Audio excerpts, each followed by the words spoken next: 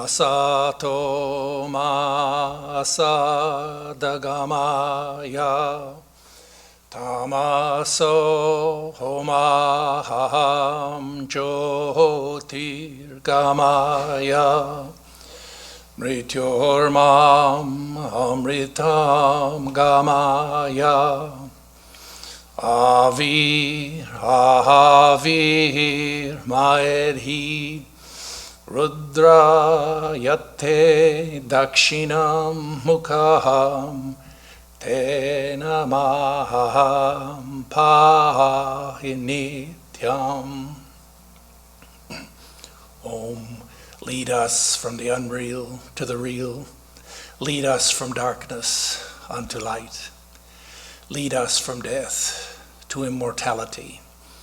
And reach us through and through ourselves, and evermore protect us from ignorance by thy sweet, compassionate face.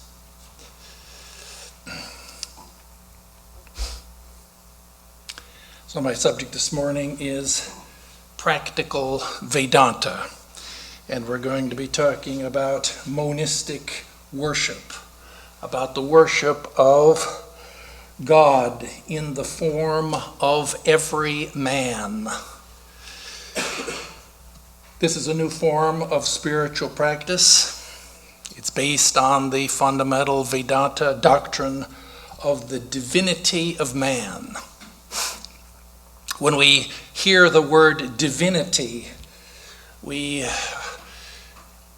those of us raised in a Judeo-Christian tradition, think of a monotheistic, supernatural God in heaven, and a God which has created the heavens and the earth and who is eternally separate from this world and from man.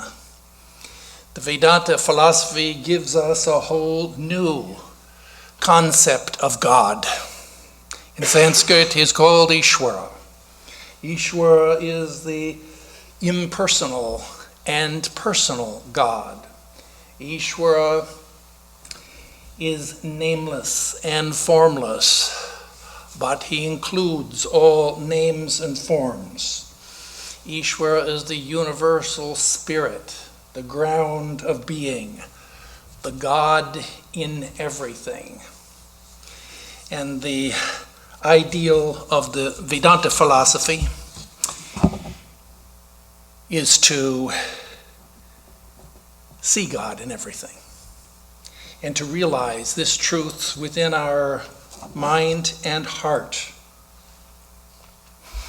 Now, when we say God is in everything, that's a pretty big statement. And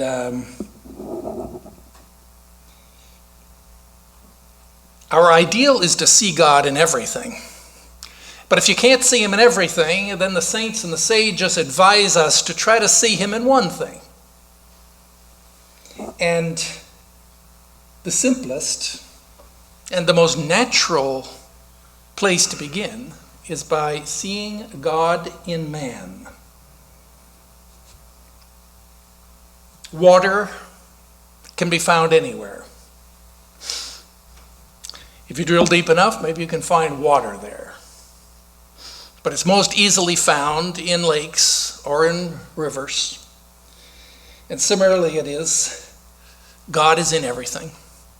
But he's most easily, naturally, simply found in the minds and hearts of those people around us. According to the Vedanta philosophy, we cannot imagine a God which is higher than man. And if we are to worship God, therefore, we're bound to worship him in man and as man. Now, when we think about worship, we naturally think about, associate with the word worship, we naturally think of a temple or a church, and we think of maybe a shrine, an inner sanctum, maybe a priest or a minister conducting a religious liturgical worship, seated before the deity, chanting Sanskrit mantras, offering incense and flowers. This kind of worship has an important place in the philosophy and religion of Vedanta. But this particular form of worship is impractical and inappropriate for the worship of every man. And so we can ask ourselves, what form then would this worship take?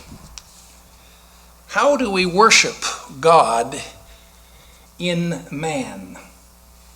Well, in India, for example, we know that everywhere we go, we see the practice of the veneration of saints.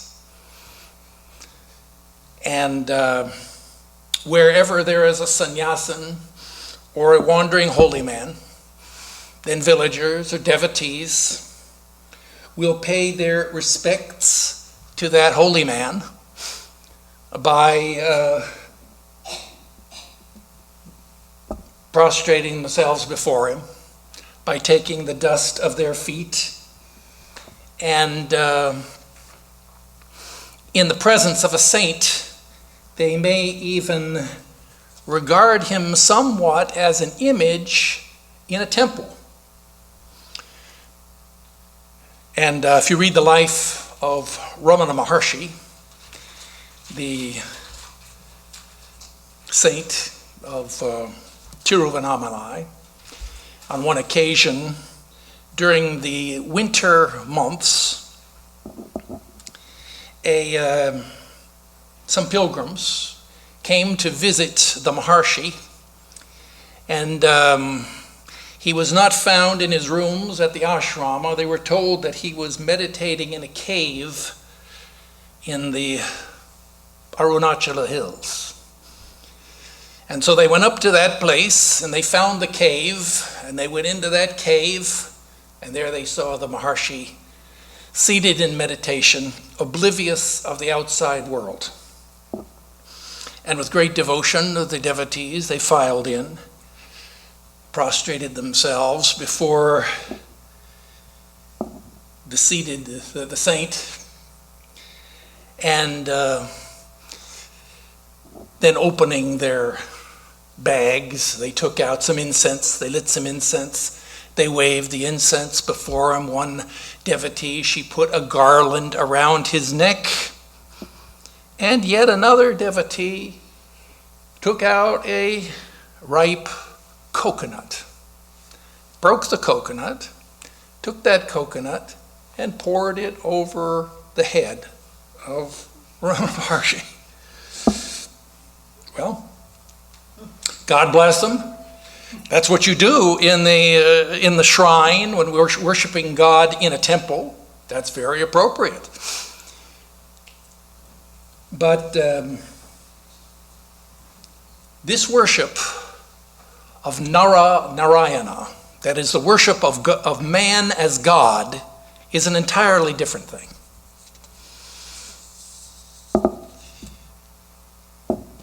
That's not our role model. Let's look at another possibility. Because we're trying to think of how would you worship. We know very well how to worship God in the temple and in the church. But how would you worship God in every man? And, we think about, I remember on one occasion during the season of the Durga Puja in India, they have a subsidiary worship. It's called the Kumari Puja. Now, the word Kumari here means a young girl. Maybe she's 12 years old. And they select that young girl to participate in the worship. And she goes through a long process of ritual purification. Then she is decked out in expensive Banarasi sari, gold and silver jewels and bangles. And she's put onto an altar. This is held maybe outdoors. And on the altar of the side of the temple, there she's installed like a deity. Meanwhile, there may be 30 or 40,000 people who are all in the courtyard, who watch the priests come in and conduct the worship of the Kumari. And when I first saw that, I thought, wow, this is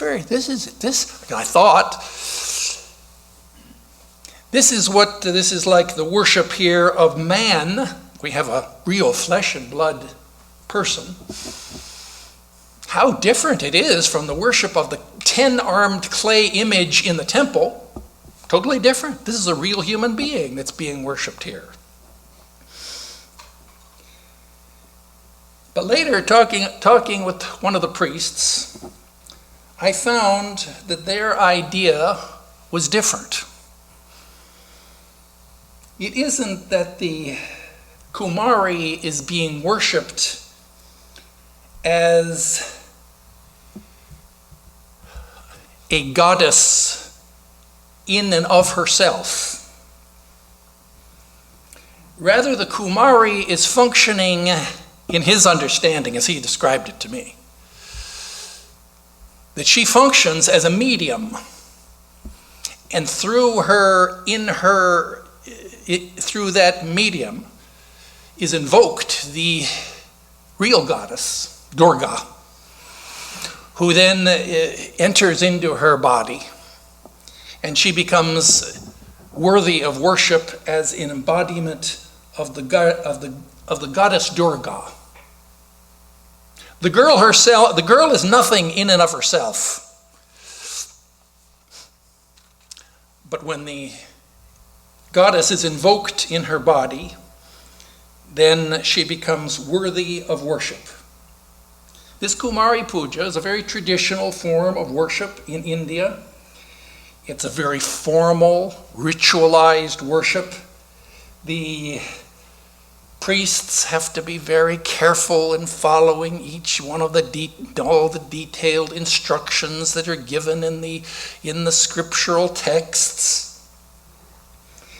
And there is one similarity between this puja and what we're talking about this morning, that is the worship of Narayana. That is, there is a Nara, there is a human being involved. But this is not the practice. This is not what we call practical Vedanta. I'm just giving you these ideas to distinguish for you what we're talking about this morning. Our title this morning was Practical Vedanta. I take the title from 4 lectures given by Swami Vedarupananda in London.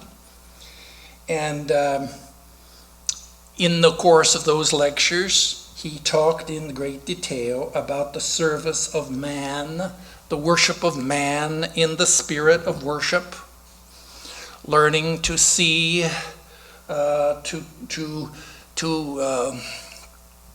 regard and act towards the jiva as Shiva, the worship of Nara as Narayana. And in those lectures, the whole idea of worship takes on a radical new form. Swami Vedarupananda, that is this Vedanta philosophy, gives us a whole new conception of God and a new conception of worship, which is eminently practical and appropriate for the service of God in man. How do we worship God in man? Well, let's try to understand what form this worship will take. In order to do this worship, You don't need to learn Sanskrit. You don't need to study formal textbooks on the whole process of formal ritualistic worship, which coming out of the framework of bhakti yoga, which is not what we're talking about this morning. So let's set that aside. We don't need to, this worship of God in man, the Vedanta takes a very practical and common sense approach to this practice. And in order to understand it, we just need to remember the equation. To worship is to serve. Let's look here at the word service. It's serving. And when we think of service, well, maybe we can think of a service station. Long ago, maybe you don't remember this. Long ago, you'd go into a service station and someone would pump your gas. Maybe they would clean your windshield. The attendant would give you service. And if you go into a restaurant, the waiter will come over and the waiter will serve you. And similarly, we can think here in terms of the serving and worship of God in man in the form of serving man. That is, if God appears before us in the form of the illiterate or the poor or the hungry or the sick, we can see we have an opportunity for service. And if he comes in the form of an illiterate man, then maybe he needs some education. And we can serve him by giving him some education. If he comes in the form of a sick man, he needs medicine, we can serve him by giving him some medicine. If he comes in the form of a hungry man, then we could serve him by giving him food. And so that's the service.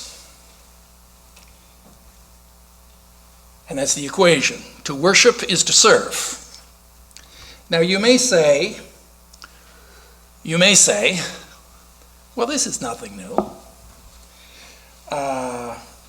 This is what we are very well acquainted with. This is what we call humanitarian service. This is just practicing a little bit of Christian charity. And let's look a little bit about this ideal of humanitarian service.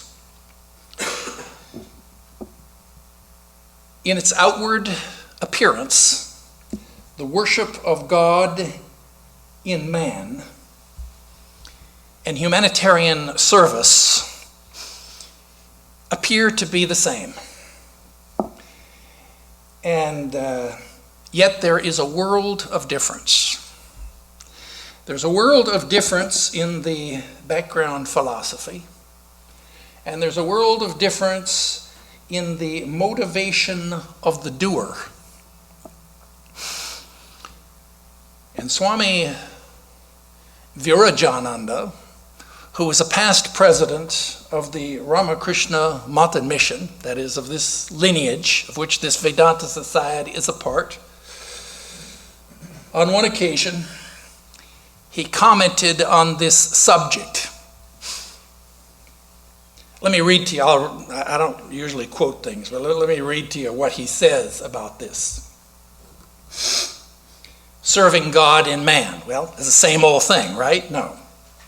The doctrine of the service of Narayana, or man in God, initiated by Swami Vivekananda, is an entirely new thing. Now this is Swami Vedarupananda talking to the devotees. It is radically different from the social service done by the volunteers of the Salvation Army. It is radically different from the humanitarian service performed by the bhikkhus of the Buddhist period, or by the Roman Catholic monks of the Middle Ages. Let's look a little bit about this humanitarian service. Humanitarian service. Humanitarian service is all about, that is, secular humanism is the default religion of America, pretty much. And humanism honors and serves. It's all about, humanism is all about serving and celebrating man as man. And about concern for the physical, the mental, the man as a social animal. The secular humanist, by definition, denies the metaphysical soul. They don't believe, secular humanists do not believe in that we have a transpersonal, transcendental soul or self. They're interested in man as man. Whereas in the Vedanta, this whole approach that we're speaking of this morning begins with the assumption that our focus and our attention is on the divinity of man.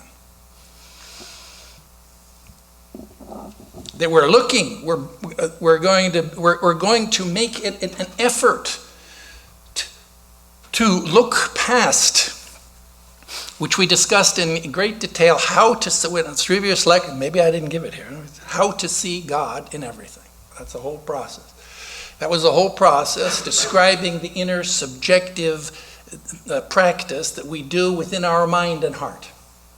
This morning we're jumping ahead now, and we're talking here about how that looks in behavior, how that looks in action. And Vedanta philosophy regards, yoga psychology tells us that there is a real and apparent man. And the student of Vedanta, he makes a mental effort to bypass the apparent man, to look beyond and deeper than the apparent man to the real man. That is the soul, the self. And just as we discussed before when we were talking here about human affection and divine love, and we talked about what is true love. The true love is all about a relationship not with the body, not with the mind, but with the soul of the other, with the self of the other. Similarly it is when we're talking here about this worship of Narayana. It is the worship of the transpersonal self, the soul in man. Let's consider an example.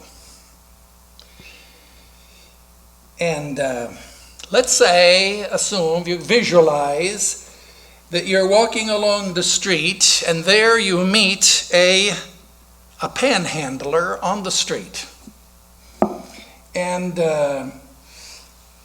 it's likely that on that occasion you will naturally feel a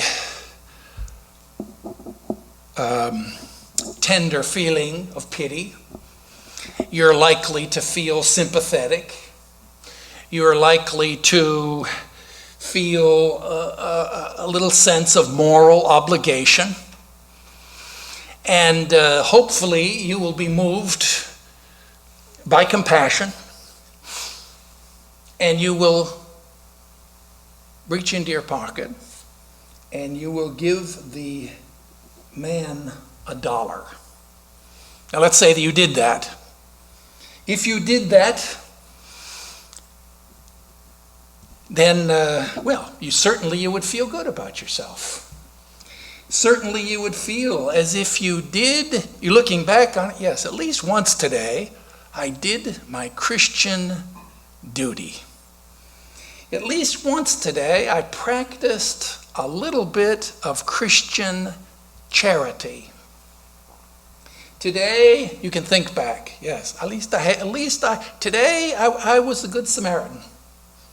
And I did a good work. And it's true that what you have done on that occasion is a good work. And it is much, much better than being cold and callous and indifferent to the sufferings of others. Doing good works will make you a better person. But doing good works will not make you a saint. In order to become a saint, you have to do spiritual practice. And in order to find salvation, self-transformation, in order to find liberation and enlightenment, you have to worship God. And that's why when we discuss in context of karma yoga, good works are like the kindergarten, the foundational practice for karma yoga. That is, karma yoga begins where the good works end. But they are nevertheless of some foundational importance for us. Let us consider now a different scenario. And assume that you are a spiritual aspirant, that you're a student of Vedanta, that you have read and studied Vedanta, that you've come to the conviction that you're a divine immortal soul, that you've come to the conviction that God is in everything, that you believe that your purpose of your life is that you're committed to realizing God within yourself and seeing God in everything, and serving God in everything. Say, well, why seeing and serving? Well, that's because when you see God, when you're standing before God, the natural impulse of the psyche is to worship and to serve. Therefore, seeing God in everything, immediately our natural inclination is to worship and to serve. So let's assume all that. And let's assume here that again, we're walking down the street and there we see on the street, there is a poor panhandler. And you give him $1. And outwardly, the behavior, your behavior, and the behavior of the secular humanist, outwardly, there would be no difference. Outwardly, they appear to be the same, but they are radically different in you have a different intention in action. You have, on other occasions, we've discussed the philosophy of action. And what is a karma? Karma involves all the different stages of how we judge what's a good action or a bad action. One of the crucial elements here is your intention in action, your condition of satisfaction, totally different from that of the secular humanist. And therefore, your karma, this karma, is of a different character, even though in its outward third-person appearance, it may be the same. The fact is that as a spiritual aspirant, you have entered into this transaction with this other person. You have entered into this transaction on a completely different footing. You have not come to this situation where you've already prepared your mind by doing your catechism we've discussed on other occasions. You do not regard him as a poor homeless beggar on the street. You don't see that. You've corrected your false beliefs. You see that person as a divine, immortal soul. Your motive is not to help. Your motive is to serve. You may say, well, how do I see God in him? Well, you have to come to the other lecture. How to see God in everything. That's the kind of the practice we discussed, the more inward practice, how to change our mind and heart so that we are ready to behave, that we're ready to do this worship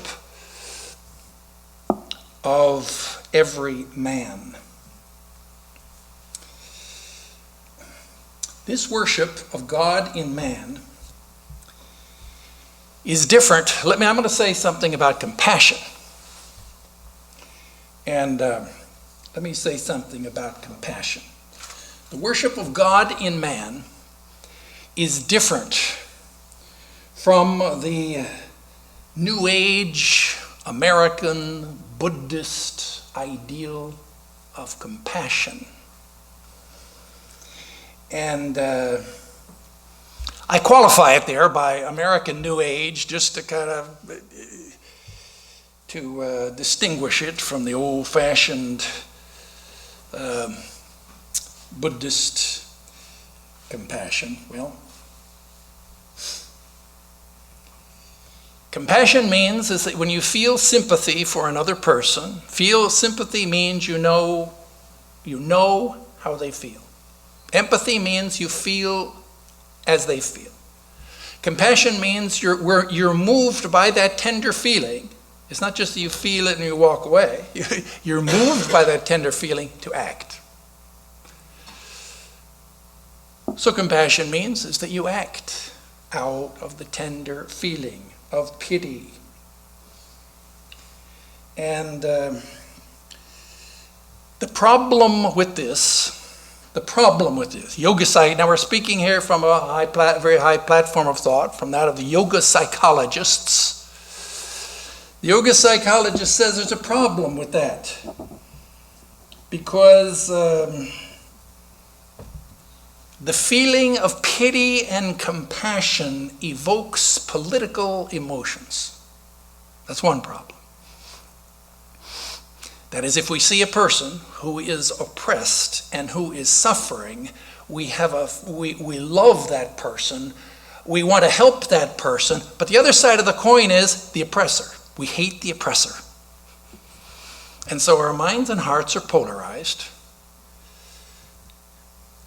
And our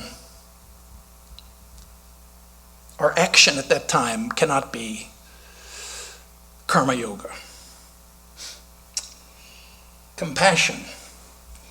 The motive of compassion also presupposes a superior-inferior relationship. And it's all about the higher reaching down to the lower. Whereas the ideal of Vedanta is that the lower reaches up to the higher. When you help the teaching of this practice is not to help the person by reaching down to the lower. Rather, it's to worship the person by reaching up to the higher. And our motivation is not pity. It's not compassion. What if I were to say to you, I really pity you. I have compassion for you. You'd feel kind of insulted, wouldn't you? And that's because the whole concept contains the presupposition of the higher and the lower. This is why in this tradition, in this lineage, we don't talk about compassion. And I'll quote to you from the I don't quote very often, but sometimes I quote. I'm going to read to you the quote. This is the Shruti Hammer, all right? We're talking about compassion. This is from the Gospel of Sri Ramakrishna. Sri Ramakrishna says, and one devotee was saying, well, should we not have compassion for all beings? And Sri Ramakrishna, that is the saint of Dakshinesh, the founder of this Vedanta lineage, Vedanta society, he replied, compassion for all beings? How foolish to speak of compassion. Human beings are as insignificant as worms crawling on the earth. And who are they to talk about compassion? That is absurd. It must not be compassion, but service to all. Recognize all as manifestations of God and serve them as such.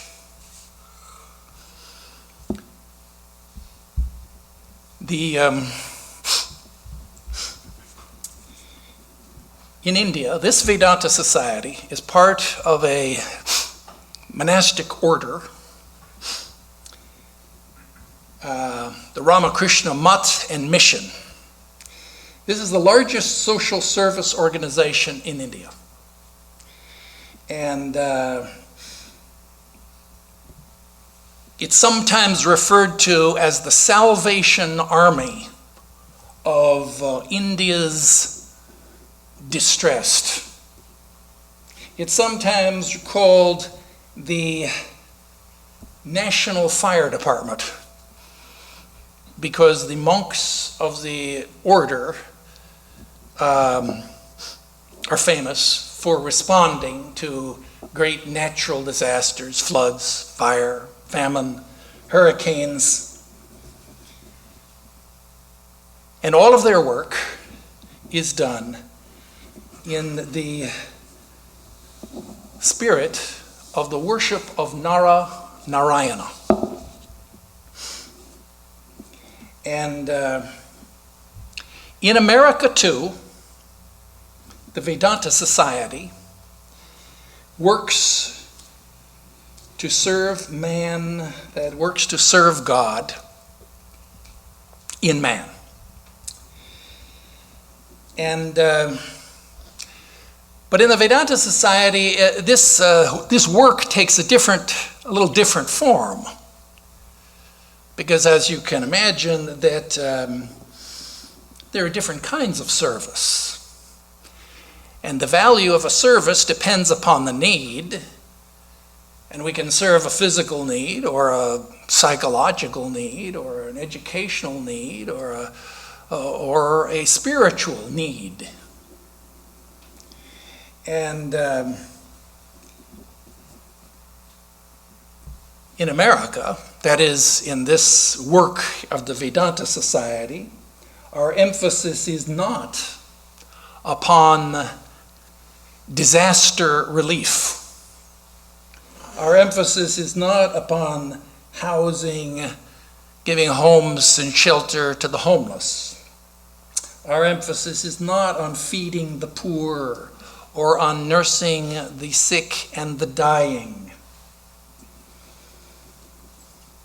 The rationale is that in America, there is already an army of great organized, effective humanitarian service who do this work. The acute need of America is not food and shelter and education, but rather it is spiritual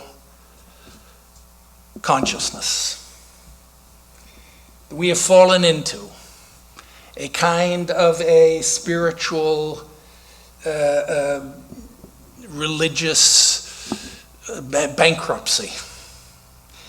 We have, in the collective consciousness of the Western world, we've lost our touch with the fundamental values. And everywhere people hunger and thirst for a new philosophy, for a new religion. And the ministry of the Vedanta Society is to serve that need by promoting the study, practice, and the teaching of this Vedanta philosophy. And all of that is done in the spirit of worship. This subject we're talking about this morning, the worship of God in man, called practical Vedanta, as you can see, it's very practical. And it's Vedanta in the sense is that it represents the fundamental teaching of the Vedanta philosophy, which is all about the divinity of man. This practice is an entirely new form of spiritual practice. It is not synonymous as students of Vedanta philosophy, you know.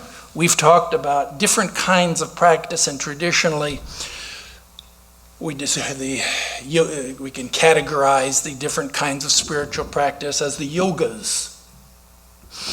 And so we sort all of the different forms of sadhana into different yogas. This practice that we're talking about this morning is not a particular yoga. It's not bhakti yoga. It's not jnana yoga. It's not karma yoga. It's not raja yoga. But it does incorporate the best of all those different forms of yoga. The essential aspect of each yoga, each yoga is different, uses different tools, it has a whole different framework. From those, we take some fundamentals, put them together in the form of this new form of spiritual practice. As you know, in every incarnation, the incarnation reinforces everything that went in the past, but then also gives a new practice. This is the new practice in this lineage of the Ramakrishna Vedanta practice. And for thousands of years, we have been worshiping a supernatural, mythological, invisible man in the sky. And we have been worshiping like the Christian saints, you see in back, all the medieval paintings of the Christian saints with their hands clasped, their eyes are looking up to heaven. And we've worshipped that God in the form of images and pratikas and pratimas installed in temples and in churches. And then yogis and saints and priests and have recited mantras. And but with all of our attention to this otherworldly God in heaven, we have forgotten about the other God, man. That is the teaching of the Advaita Vedanta. It's all about the divinity of man, the visible, the tangible, the living God who stands before us. And in the words of Sri Ramakrishna, I'll quote to you from the Gospel of Sri Ramakrishna, we cannot imagine a God who is higher than man himself. If we are to worship God, therefore,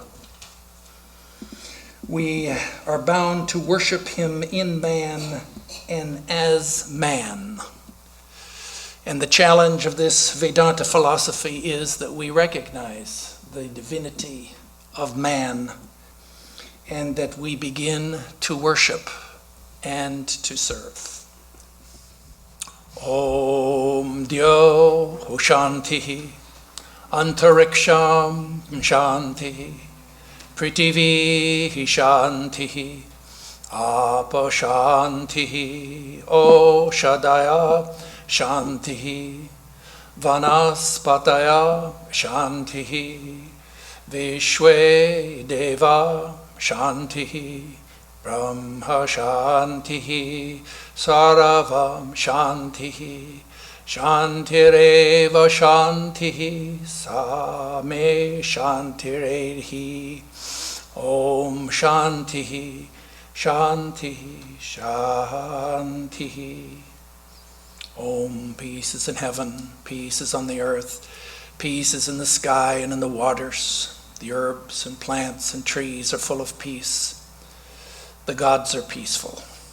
May this eternal peace enter our souls and beings. Om, peace, peace, peace be unto us all.